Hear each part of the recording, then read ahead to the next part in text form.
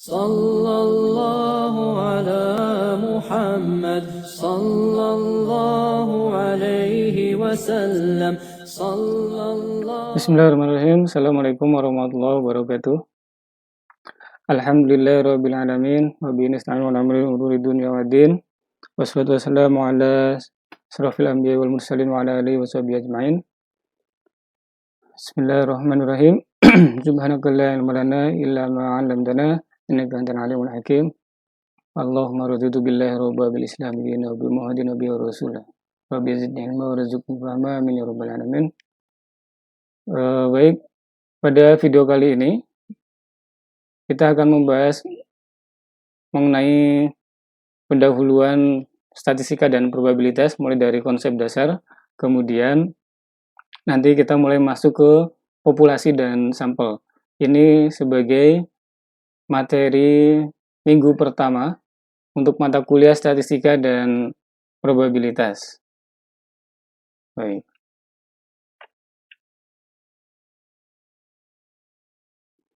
Jadi untuk tujuan pembelajarannya nanti yang pertama adalah setelah melihat video ini, mempelajari materi ini, maka dapat menjelaskan salah satu dari definisi statistik. Ya. Kemudian tujuan pembelajaran yang kedua bisa memberikan contoh. Apa itu contoh dari parameter populasi, kemudian contoh dari statistik sampel.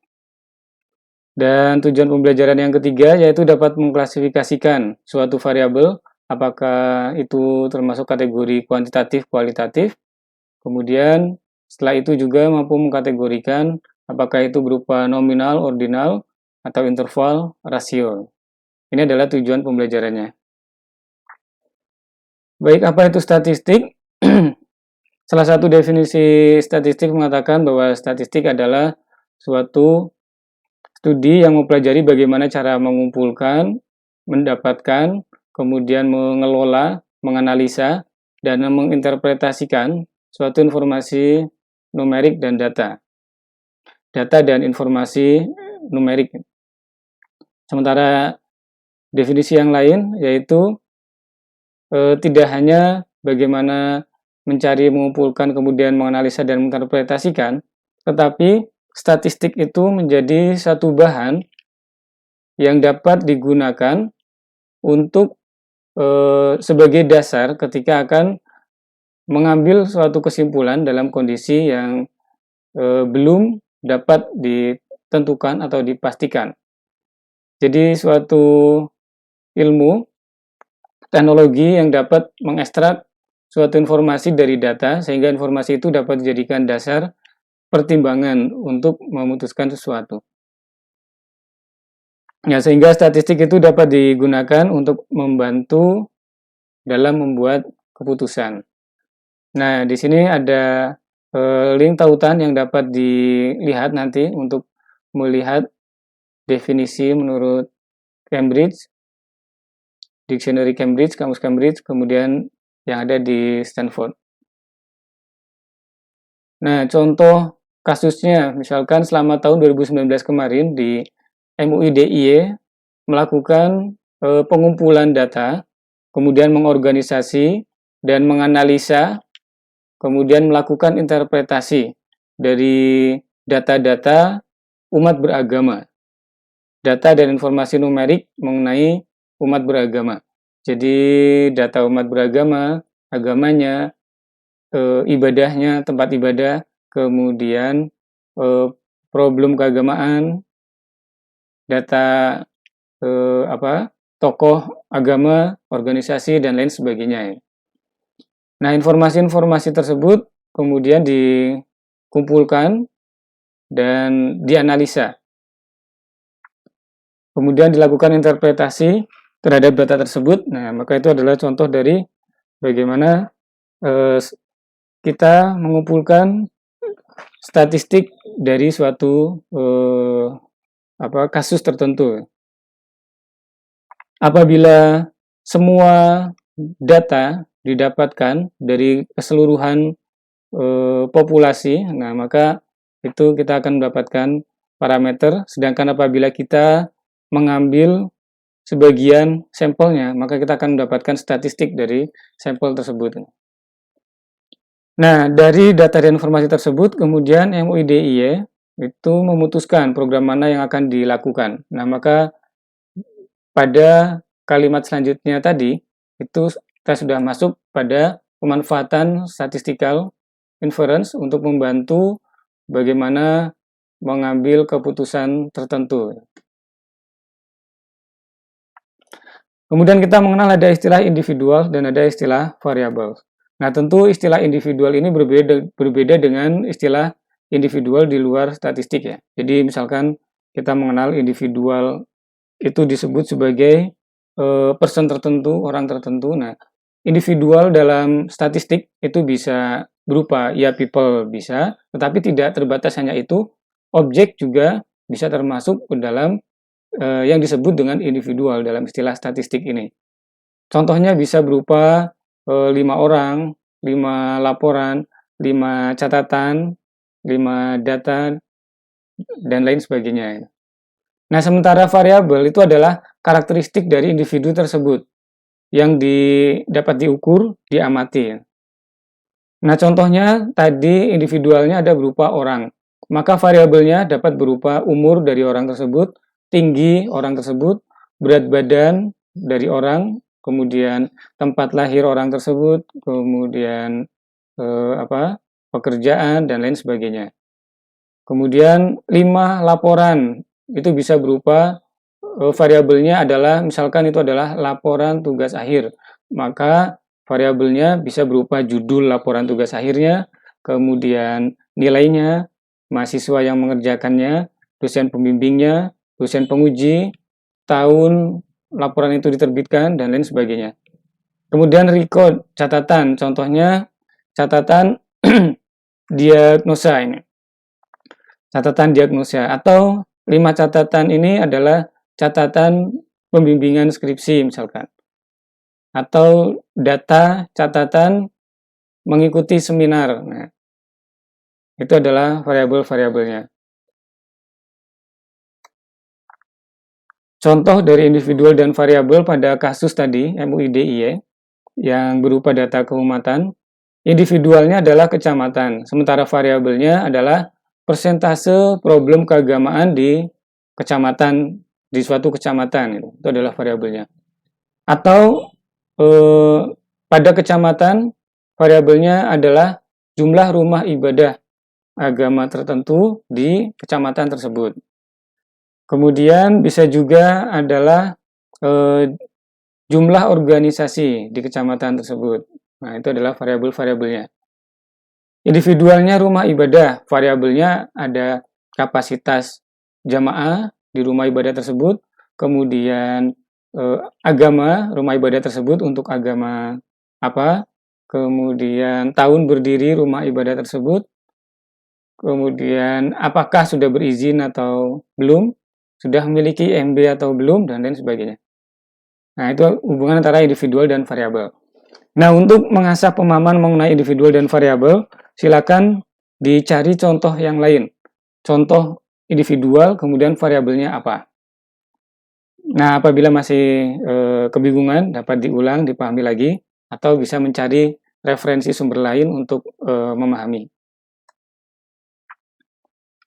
Nah, jadi statistik ini digunakan untuk disiplin yang lain, untuk membantu dalam pengambilan keputusan. Jadi contoh tadi di kasus MUI DIY, dia punya data rumah ibadah, punya data jumlah umat beragama. Nah, maka di situ dapat digunakan untuk membantu mengambil keputusan ketika ada pengajuan pendirian rumah ibadah misalkan. Aslinya, realitanya mungkin itu bukan domainnya MUI ya, tapi Kemenag mungkin. Tapi seandainya saja, seandainya ada pengajuan pendirian rumah ibadah di suatu koordinat, nah maka dilihat jarak koordinat tersebut dengan rumah ibadah terdekat, kemudian koordinat tempat pengajuan pendirian rumah ibadah itu dianalisa mengenai jumlah umat agama rumah ibadah yang akan dimintakan izin. Apabila ternyata jumlah umat beragamanya kurang, sedikit, atau jauh di bawah standar, nah maka itu bisa menjadi salah satu pertimbangan. Gitu. Kemudian, memahami statistik ini juga penting untuk memahami beberapa proses-proses, terutama dalam bidang ilmu komputer. Kemudian kita mengenal istilah population parameter and sample statistic, parameter populasi dan statistik sampel. Jadi apa itu populasi, apa itu sampel, perbedaan antara populasi dan sampel, kemudian parameter populasi dan sampel statistik, dan contoh-contohnya. Oke, kita mulai dari mengenai definisi apa itu populasi dan apa itu sampel. Populasi yaitu sekumpulan orang atau objek dengan kesamaan tema atau karakteristik. Nah, contoh yang gampang adalah populasi yaitu warga negara Indonesia. Maka seluruh warga negara Indonesia itu adalah sebagai populasi dari kesamaan tema atau karakteristik yaitu warga negara Indonesia. Jadi sekarang misalkan ada 250 juta warga negara Indonesia, ya maka 250 juta itu adalah populasi. Sementara apabila sampel itu bagian kecil dari populasi. Kalau misalkan kita mengambil 10 juta untuk ditanya 10 juta orang itu, contoh kasusnya misalkan seandainya memilih presiden A atau B. Gitu. Nah dari 10 juta itu mengatakan 75%-nya memilih A, 25% memilih B, dari itu 10 juta. Jadi 7.500.000 memilih A, 2.500.000 memilih B. Maka itu adalah dari sampel. Nah, karena itu hanya sebagian dari populasi. Tetapi apabila 250 juta warga negara Indonesia semua ditanya, maka itu berarti bersumber dari populasi. Nah, apabila semua anggota kelompok diperhitungkan, itu adalah populasi. Sementara apabila sebagian kecil dari populasi, itu adalah sampel. Tadi disebutkan ada 10 juta sampel. 10 juta itu bisa disebut representatif sampel, bisa disebut bias sampel. Tergantung dari teknik bagaimana mengambil sampelnya. Nah, contoh masjid di Kabupaten Bantul. Jadi misalkan di Bantul itu ada 100 masjid misalkan. Maka 100 masjid di Kabupaten Bantul itu bisa disebut sampel dari masjid yang ada di DIY. Tetapi sampelnya kategorinya adalah tidak representatif secara geografis. Kenapa? Karena hanya diambil dari satu kabupaten. Padahal Jogja memiliki lebih dari satu kabupaten. Jadi ada kabupaten selain Bantul ada Sleman, Kulon Progo, kemudian kota. Ya. Nah, kalau seperti itu berarti itu tidak representatif. Berbeda apabila diambil misalkan ini satu masjid ya. Kita sebut misalkan 10 masjid dari tiap kecamatan di DIY. Nah, maka itu pengambilannya bisa disebut representatif per kecamatan. Karena nanti akan tersebar, tidak hanya kecamatan yang ada di Bantul saja. Tetapi masjid yang ada di Sleman, yang ada di Kulon Progo, yang ada di Wonosari itu juga masuk. Nah, itu tadi adalah contoh untuk sampel dan populasi, kemudian sampel yang representatif dan sampel yang tidak representatif. Silakan cari contoh yang lain antara populasi dan sampel, kemudian bagaimana contoh sampel yang representatif dan sampel yang tidak representatif dari populasi tersebut. Untuk notasi statistiknya, nah kita gunakan N besar itu untuk total populasi, sedangkan N kecil itu untuk sampel. Nah, sehingga parameter itu untuk mengukur, menjelaskan keseluruhan populasi, sedangkan apabila statistik itu untuk mengukur, menjelaskan sampel dari suatu populasi. Jadi parameter itu untuk populasi dan statistik itu untuk sampel. Ada deskriptif statistik dan inferential statistik. Deskriptif statistik itu metode-metode yang digunakan untuk mengumpulkan, menggambarkan, meringkas, menjelaskan informasi dari sampel dan populasi yang sudah ada. Nah, sementara inferential statistik itu metode-metode yang digunakan untuk menjelaskan informasi dari suatu sampel agar dapat menggambarkan, menyimpulkan bagaimana populasinya menggunakan inferential statistik. Metode-metodenya nanti akan kita pelajari pada pertemuan-pertemuan selanjutnya. Variabel dapat diklasifikasikan terhadap beberapa jenis, ada kuantitatif, ada kualitatif. Kemudian bisa dibagi lagi apakah itu interval atau rasio, nominal atau ordinal. Yang pertama adalah kuantitatif atau kualitatif. Yang kuantitatif itu adalah ukuran numerik dari sesuatu. Bisa itu berupa tinggi badan, berat badan, tahun berdiri, dan lain sebagainya. Kemudian kualitatif atau kategorikal ini merujuk pada suatu kualitas atau kategori, karakteristik sesuatu. Oke. Nah, kuantitatif dan kualitatif dapat dibagi lagi berdasarkan interval atau rasio. Variabel interval apabila tidak ada nilai yang benar-benar 0 atau kosong gitu.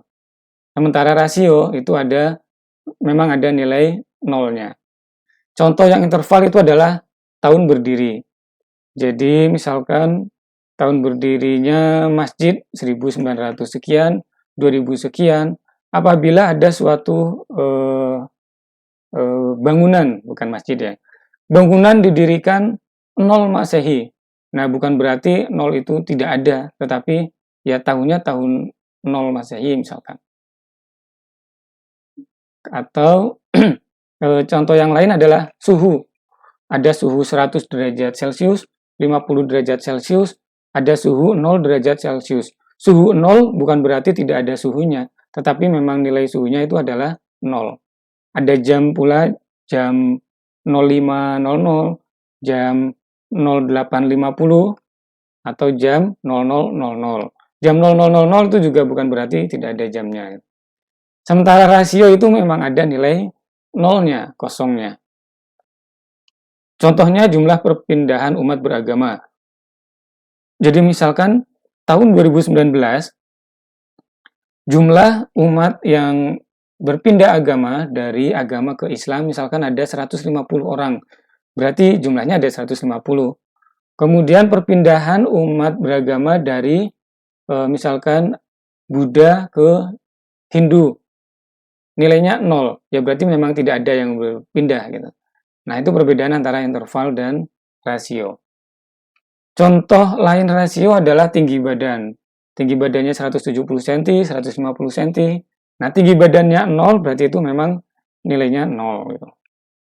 Nilai ujian. Nilai ujian ada nilainya 100, 75, 25, 0. 0 itu berarti memang tidak ada nilainya. Dan nilainya kosong gitu. Kemudian kualitatif dapat dibagi menjadi nominal dan ordinal. Nominal itu sifatnya kategori. Contohnya misalkan nama, jenis kelamin, kota lahir, komplek rumah, ada komplek A, komplek B, dusun bagian barat, bagian timur, utara, selatan misalkan. Kategori. Nah, itu tidak bisa diurutkan dari kecil dan ke besar. Walaupun misalkan nanti representasinya atau dituliskannya dalam bentuk angka, misalkan jenis kelamin laki-laki dituliskan datanya dalam bentuk angka 1 misalkan. Kemudian jenis kelamin perempuan angka 0. Tapi bukan berarti laki-laki lebih dari perempuan. Karena laki-laki 1, perempuan 0 misalkan. Atau kebalikannya, perempuan nilainya 0, perempuan nilainya 1, laki-laki 0. Bukan berarti masing-masing nanti ada yang positif, yang satu netral misalkan. Nah, itu tidak bisa diurutkan. Kemudian komplek rumah juga. Komplek rumah ada A, B, C, atau RT. RT 1, RT 2, RT 3. Nah, tetapi RT 1, 2, 3 itu walaupun bentuknya numerik, tetapi itu tidak diurutkan dari kecil ke besar. Tetapi ya RT 1, RT 2, RT 3 seperti itu. Kemudian kalau ordinal itu dapat diurutkan. Misalkan pernyataan sikap terhadap suatu pernyataan, apakah sangat setuju, setuju, netral, tidak setuju, atau sangat tidak setuju. Nah, walaupun ini terlihat kategorikal, tetapi akan ada urutannya. Akan ada nilai perbandingannya. Nah, silakan berikan contoh yang lain untuk masing-masing jenis variabel pada suatu kasus tertentu. Jadi cari kasusnya.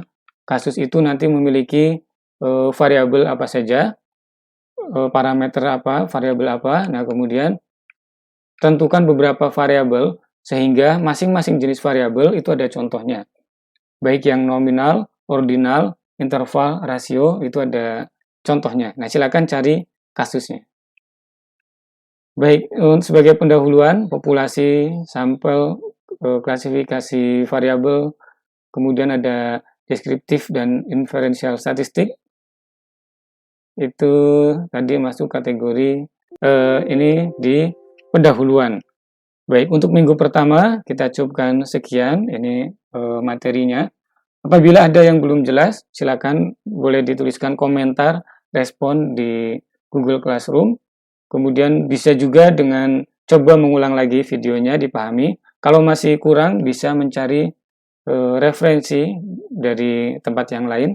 Tetapi kisi-kisinya, outline-nya tadi sudah disebutkan ya, mengenai definisi statistik, kemudian populasi dan sampel, parameter populasi, statistik, sampel, kemudian klasifikasi variabel. Ada kuantitatif, kualitatif, ada nominal, ordinal, interval, rasio. Nah, klasifikasi variabel itu silakan coba dipahami. Kemudian tadi PR-nya yaitu mencari contoh, cari kasus, kemudian tentukan parameter variabelnya, ada beberapa. Nah, kemudian kategorikan itu terhadap jenis-jenis variabel tadi. Dan masing-masing jenis variabel ada contohnya. Oke, itu untuk pertemuan minggu pertama. Insya Allah kita lanjut lagi minggu depan. Terima kasih. Subhanakallahumma wa bihamdika asyhadu an la ilaha illa anta astaghfiruka wa atubu ilaik. Assalamualaikum warahmatullahi wabarakatuh.